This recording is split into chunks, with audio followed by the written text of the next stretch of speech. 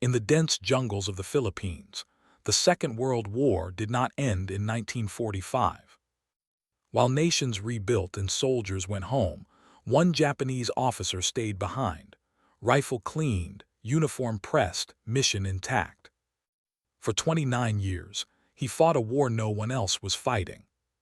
He survived air raids, ambushes, starvation, and time itself, convinced surrender was betrayal, peace was deception, and orders were eternal.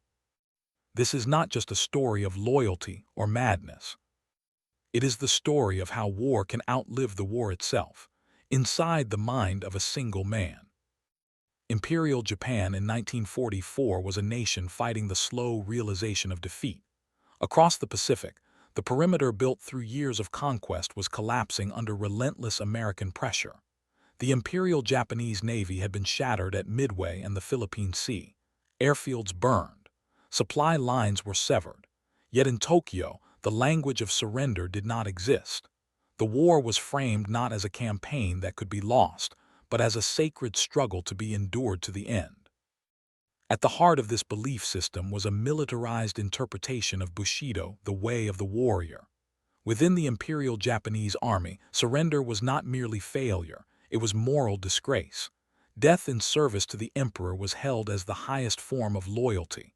Soldiers were taught that capture brought shame not only upon themselves, but upon their families and the nation itself. Obedience was absolute. Orders were not guidelines, they were destiny. Into this world stepped Second Lieutenant Hiroo Onoda. Born in 1922, Onoda was not trained as a conventional frontline officer. In late 1944, he graduated from the Futamata branch of the Nakano School, the Imperial Army's elite training center for intelligence and unconventional warfare. There, he was instructed in sabotage, reconnaissance, and guerrilla operations, how to survive behind enemy lines, disrupt supply routes, and operate independently for extended periods. Unlike many Japanese soldiers, Onoda was specifically taught not to die recklessly. His value lay in endurance. In December 1944, with American forces advancing toward the Philippines, Onoda received his assignment. He was ordered to the small, forested island of Lubang, west of Luzon. Strategically insignificant on maps, Lubang nevertheless sat astride key maritime routes. His mission was simple in wording and profound in consequence. Conduct guerrilla warfare, destroy enemy installations and supplies, prevent the use of the island by American forces, and above all else, never surrender. His superior, Major Yoshimi Taniguchi, gave him one final clarification before departure. Onoda was not to take his own life. No matter what happened, no matter how long it took, he was to survive, to resist, and to wait for further orders. Days, months, years, time was irrelevant. Only obedience mattered. It was a paradox rooted deeply in imperial doctrine, loyalty above survival, but survival in service of loyalty. Onoda boarded his transport believing the war would last years longer. He expected reinforcements. He expected communication. He expected the emperor's voice to one day release him. Instead, the front lines moved on. The Pacific War surged forward without Lubang, without Onoda. And when Japan finally fell silent in August 1945, the last order Hiroo Onoda ever received still stood, echoing alone in the jungle, unanswered and unchanged. August 1945 ended the Second World War for the world, but not for everyone. Across Japan, cities lay in ruins. Hiroshima and Nagasaki had been destroyed by atomic bombs on August 6 and August 9. On August 15, Emperor Hirohito addressed the nation by radio, announcing Japan's acceptance of the Potsdam Declaration. Formal surrender followed aboard the USS Missouri on September 2. Allied occupation forces moved in. The war, by every official measure, was over. On Lubang Island, the jungle absorbed the silence without explanation. American aircraft passed overhead, not dropping bombs but paper. Leaflets fluttered down through the trees, announcing Japan's surrender and urging remaining soldiers to come out peacefully. Newspapers followed. Loudspeakers echoed from distant villages. Messages spoke of demobilization, of a defeated empire, of a new order. Hiroo Onoda, and the small group still operating with him, did not accept any of it. Their training had prepared them for deception. Psychological warfare was a known enemy tactic. The leaflets contained no direct orders from their commanding officer, no formal chain of command, no verification. To Onoda, that absence was decisive. Without orders, the mission remained unchanged.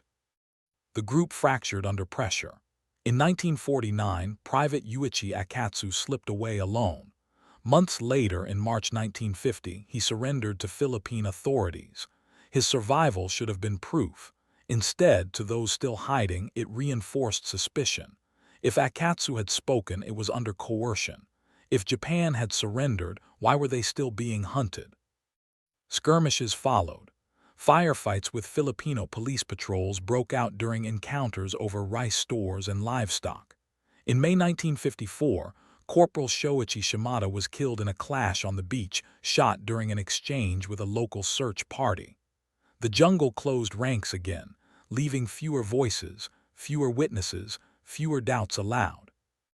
By the early 1950s, Onoda's world had narrowed to routines and rules. Weapons were cleaned daily. His Arisaka rifle was maintained with care. Ammunition was rationed. Uniforms were patched and preserved, not as relics but as symbols of active duty. Fires were hidden. Camps were moved. Seasons were observed not by calendars but by rainfall and harvest cycles. The island around him had changed. Roads appeared. Radios played music. Children grew into adults who had never known war. Civilians no longer behaved like enemy troops, but Onoda still read the landscape through a soldier's lens. The war had ended everywhere else. On Lubang, the mission endured unchanged, unquestioned, and increasingly alone against a world that had already moved on. By the early 1950s, Hiroo Onoda's war had shed any connection to global strategy. It had become a private campaign, waged in silence and repetition, measured not in victories but in survival. While treaties were signed and flags lowered elsewhere, the jungle of Lubang remained, to him, an active combat zone. Throughout the 1950s and into the 1960s, Onoda continued to carry out the duties he believed were still required of an Imperial Army officer. He conducted small-scale raids on villages and farms, targeting rice stores and livestock to replenish supplies. Crops were burned to deny resources to what he identified as enemy forces. These were not acts of chaos, but of method consistent with guerrilla doctrine taught at the Nakano school. The cost was real and documented. Over the decades, more than 30 Filipino civilians and police officers were killed or wounded in incidents linked to Onoda and the few men who briefly remained with him. Local patrols hunted him, exchanges of gunfire erupted without warning, and fear persisted long after the war had officially ended. For the island's residents, the conflict had never truly stopped. It had simply changed scale. Meanwhile, Japan underwent a transformation that few nations in history have experienced so rapidly. Under Allied occupation and later sovereignty, the country rebuilt its infrastructure and its identity. By the late 1950s, factories hummed, highways expanded, and consumer goods filled urban centers. Television entered Japanese homes. A generation grew up without air raid sirens or ration cards. The empire Onoda had sworn to defend no longer existed. He remained, physically aging but mentally anchored in December 1944. Survival was not accidental. Onoda applied discipline with precision. He navigated the jungle by terrain and stars, avoided permanent camps, and rotated hiding places to reduce detection. Food was smoked or sun-dried to last through lean seasons. Clothing was repaired with scavenged thread and bark fibers. His rifle, a Type 99 Arisaka, was meticulously cleaned and test-fired when possible. Ammunition was conserved as if resupply might arrive at any moment. Time eroded his body but sharpened his routines. Years became indistinguishable. Each new leaflet or search party reinforced his belief that the enemy had not abandoned the island. It had simply refined its deception. The question that hovered unspoken over these decades was not military, but human. Was this loyalty carried beyond reason? Or was it indoctrination so complete that it erased the possibility of doubt?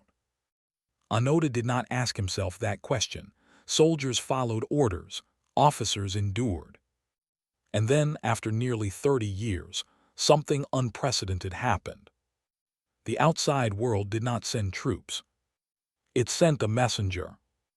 By 1974, the world that had produced Hiroo Onoda no longer existed. Japan had become a nation defined not by empire but by peace. Its post-war constitution renounced armed conflict. Cities like Tokyo and Osaka pulsed with modern life, exports, and global ambition. A generation had come of age without military service, without rationing, without the emperor as a divine figure. For most Japanese citizens, the Pacific War belonged to history books and memorials. It was from this Japan that Norio Suzuki emerged. Suzuki was not a soldier, a government agent, or a historian. He was a 24-year-old adventurer, driven by a personal quest rather than national duty. In early 1974, he traveled to the Philippines with a simple objective he openly stated to the press: to find Lieutenant Onoda, a panda, and the abominable snowman in that order. What set him apart was not preparation, but intention. He believed Onoda was still alive, and more importantly, that he could be approached without force. Suzuki entered the jungles of Lubang alone. When the two men finally encountered each other, the meeting was not violent. Onoda emerged armed, cautious, disciplined. Suzuki did not shout orders or wave documents. He spoke calmly, respectfully, as one civilian to another. He told Onoda that the war had ended nearly 3 decades earlier, that Japan had surrendered, that the country had rebuilt itself into something unrecognizable from the empire of 1944. Onoda listened, but he did not yield. He explained with clarity and consistency that he could not surrender based on hearsay or personal testimony. His orders had been explicit. He would lay down his arms only when commanded to do so by a superior officer in the Imperial Japanese Army. Leaflets had failed. Loudspeakers had failed. This, too, failed, not because Onoda doubted Suzuki's sincerity, but because obedience outweighed belief. The encounter revealed a fault line running through modern Japanese history. Suzuki represented a post-war identity shaped by individual choice, curiosity, and peace. Onoda embodied an older Japan, forged in hierarchy, sacrifice, and unquestioned loyalty. They shared a language and a nationality, but not a worldview. Between them stood 30 years of transformation, social, political, and moral. Suzuki left Lubang not in frustration, but with resolve. He returned to Japan and told the authorities what he had seen. Onoda was alive, he was rational, and he would not surrender without formal orders. There was only one way left to end the war still being fought in the jungle. The Imperial Army no longer existed, but one of its officers did. And he would have to be found, pulled from retirement, to deliver the final command that history itself had failed to give. In early 1974, the search turned not toward the jungle, but toward the past. Japanese authorities located Major Yoshimi Taniguchi, the man who had given Hiroo Onoda his final orders nearly 3 decades earlier. Taniguchi was no longer an officer of the Imperial Japanese Army. The institution itself had ceased to exist. He was living a civilian life, working in a bookstore, far removed from the empire and the war that had once defined him. Yet history had unfinished business. In March 1974, Taniguchi traveled to the Philippines. On Lubang Island, the meeting unfolded with the weight of accumulated years. The jungle that had concealed Onoda for 29 years watched as the chain of command, broken since 1945, was finally restored. Taniguchi stood before the officer he had sent into isolation and formally rescinded his orders. The mission was over. All combat activity was to cease immediately. The war, long concluded in every official sense, was now concluded for Onoda. For the first time since December 1944, Hiroo Onoda obeyed a new command. He emerged from the forest not as a fugitive but as a soldier reporting for duty. He carried his Type 99 Arisaka rifle, still operational. He brought with him several hundred rounds of ammunition, hand grenades, and a ceremonial sword. His uniform, carefully maintained and repeatedly repaired, was still worn according to regulation. Time had weathered the fabric but not the discipline behind it. The surrender was conducted with formality and restraint. There was no collapse, no spectacle, only the visible strain of a man releasing a lifetime of vigilance. Onoda handed over his weapon, ending a war he had fought alone for nearly 3 decades. The Philippine government faced a difficult reckoning. Onoda's actions over the years had resulted in deaths and injuries among Filipino civilians and police.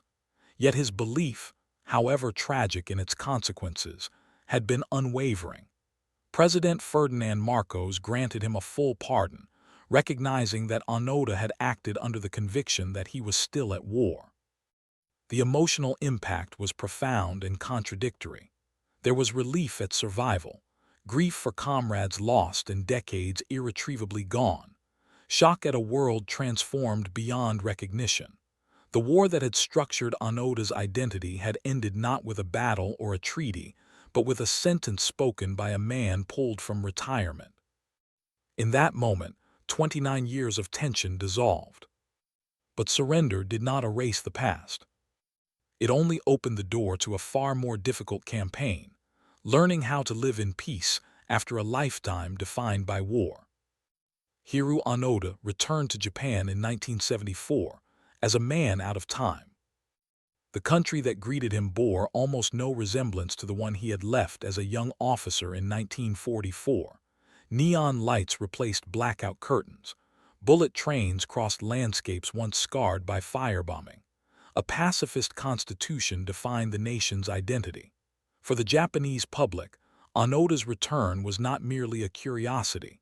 It was a confrontation with an unresolved past. The media followed his every step. Cameras captured a soldier who had remained physically disciplined but emotionally guarded. Newspapers debated what he represented. To some, Onoda was a symbol of unwavering loyalty, proof of commitment beyond endurance. To others, he embodied the human cost of militarism, a man whose life had been consumed by obedience long after its purpose had vanished. The debate cut deep because it touched on Japan's own reckoning with the war. Onoda struggled to adapt. The pace of modern life was disorienting. Customs, language, even social expectations had shifted. He had spent nearly 30 years measuring time by rainfall and patrol routines. Now he was expected to navigate schedules, crowds, and a society built on peace rather than preparedness. Interviews revealed a man still searching for structure in a world that no longer required his vigilance. Eventually, he left Japan. Onoda moved to Brazil, joining a Japanese expatriate community and working as a rancher. The distance offered quiet and routine elements that had defined his long years in the jungle. Later in life, he returned to Japan and founded a nature school where he taught survival skills to young people. The lessons focused not on combat, but on resilience, self-reliance, and endurance, traits shaped by war, repurposed for peace. Hiroo Onoda died in 2014 at the age of 91. His story resists simple judgment. It is neither a tale of heroism nor one of madness. It is a record of a system that demanded absolute obedience and of a man who delivered it perfectly. Onoda did exactly what he had been trained to do, long after the context that gave those orders meaning had disappeared. The Second World War officially ended in 1945. For Hiroo Onoda, it ended in 1974. And even then, its echoes followed him home. War does not conclude when treaties are signed or flags are lowered. It ends when minds are finally released from its commands. Onoda's life stands as a paradox, a man who obeyed flawlessly in a world that had already moved on without him.